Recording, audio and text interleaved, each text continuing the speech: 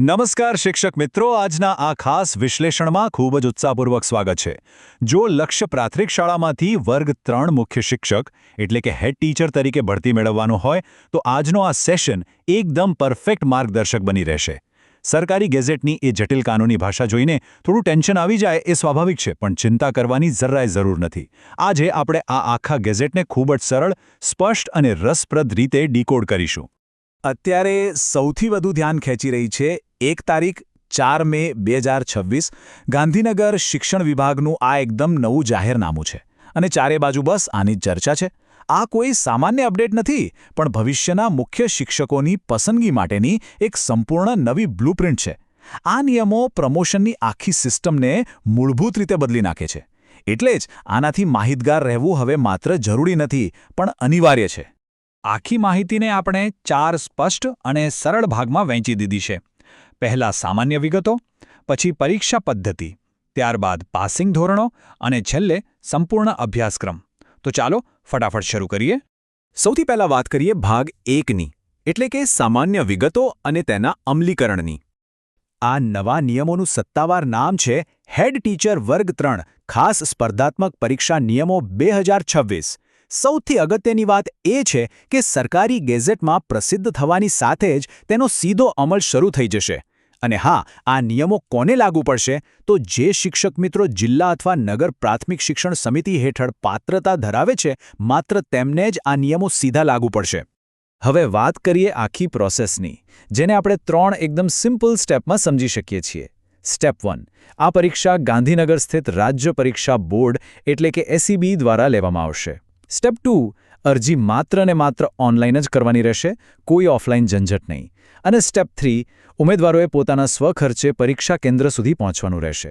આ બેઝિક વહીવટી બાબતો મગજમાં એકદમ ક્લિયર હોવી જોઈએ. વહીવટી વાતો થઈ ગઈ, હવે આગળ વધીએ વિભાગ 2 તરફ, પરીક્ષા પદ્ધતિ અને માળખું. પરીક્ષાના દિવસે માહોલ કેવો હશે તેની એક મેન્ટલ બ્લુપ્રિન્ટ બનાવી લઈએ. આ માત્ર એક જ તબક્કાની લેખિત પરીક્ષા હશે. તેમાં પૂછાતા તમામ પ્રશ્નો MCQ એટલે કે બહુવિકલ્પ પ્રકારના રહેશે. કુલ માર્ક્સ હશે 150.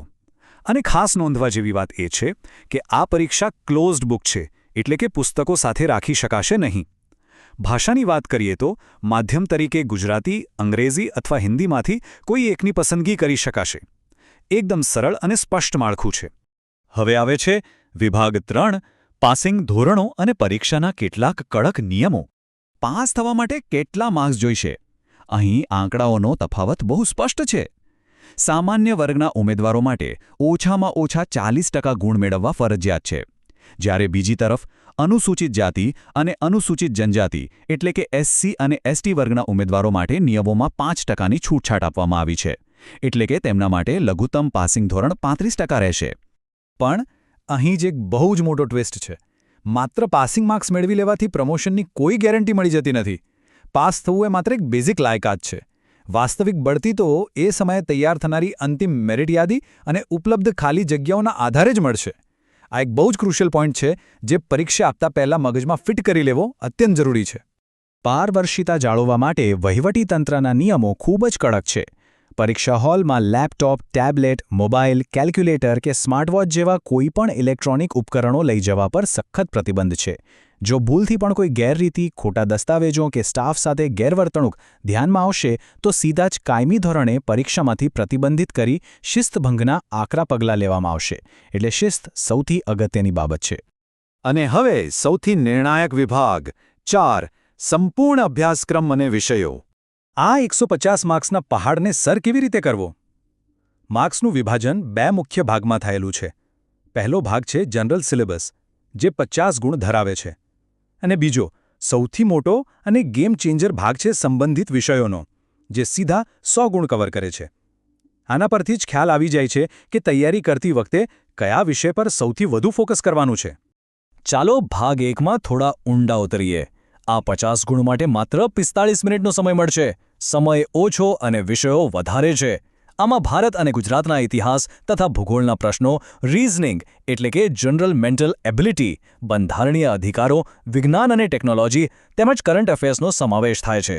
આટલા ટૂંકા સમયમાં સ્કોર કરવા માટે માત્ર જ્ઞાન નહીં, પણ સ્પીડ અને એક્યુરસી બંને હોવા ખૂબ જ જરૂરી છે. હવે સીધા જ જઈએ ભાગ 2 પર, જે 100 ગુણનો છે અને તેના માટે 90 મિનિટ અપાશે. આ વિભાગમાં ખરી કસોટી થશે વહીવટી ક્ષમતા અને શૈક્ષણિક જ્ઞાનની. અહીં પ્રાથમિક શિક્ષણ અધિનિયમ 1947, રાઇટ ટુ ઇન્ફોર્મેશન એટલે કે આરટીઆઈ અને રાઇટ ટુ એજ્યુકેશન આરટીઈના નિયમોને ખૂબ જ બારીકાઈથી સમજવા પડશે. આ ઉપરાંત નવી શિક્ષણ નીતિ NEP 2020 અને NCERT જેવી રાષ્ટ્રીય સંસ્થાઓની ભૂમિકાનો અભ્યાસ પણ સિલેબસનો ઘણો મોટો હિસ્સો છે. ભાગ 2ની વાત હજુ પૂરી નથી થઈ. એક સફળ હેડ ટીચરમાં માત્ર શૈક્ષણિક નહીં પણ બેસ્ટ લીડરશિપ ગુણો હોવા જોઈએ. એટલે જ સ્કૂલ મેનેજમેન્ટ કમિટીના કાર્યો, ગુજરાત પંચાયત અને સિવિલ સર્વિસીસના રજાઓના નિયમો પણ પૂછાશે. અને હા, સૌથી સંવેદનશીલ અને મહત્વનો મુદ્દો શાળા સલામતી અને બાળ સુરક્ષા. આ અંતર્ગત પોક્સો એક્ટ અને જુવેનાઇલ જસ્ટિસ એક્ટ વિશેનું સચોટ જ્ઞાન મુખ્ય શિક્ષકની ભૂમિકા માટે લિટરલી અનિવાર્ય છે. તો આ સંપૂર્ણ માળખું અને સિલેબસ જોયા પછી એક બહુ મોટો પ્રશ્ન ઊભો થાય છે. શું આ નવા નિયમો અને વિશાળ અભ્યાસક્રમના પડકારને પહોંચી વળવા માટે પૂરતી તૈયારી છે? સ્પર્ધા ચોક્કસપણે મોટી છે, પણ સાચી રણનીતિ અને સચોટ માર્ગદર્શન હોય તો આ લક્ષ્ય 100% હાંસલ કરી શકાય છે. આજે જે વિશ્લેષણ જોયું તેનો ઉપયોગ કરીને અત્યારથી જ યોગ્ય દિશામાં તૈયારી શરૂ કરી દેવી એ જ સફળતાની ચાવી છે. હંમેશા શીખતા રહો અને આગળ વધતા રહો. ફરી મળીશું આવા જ એક રસપ્રદ વિશ્લેષણ સાથે. આવજો.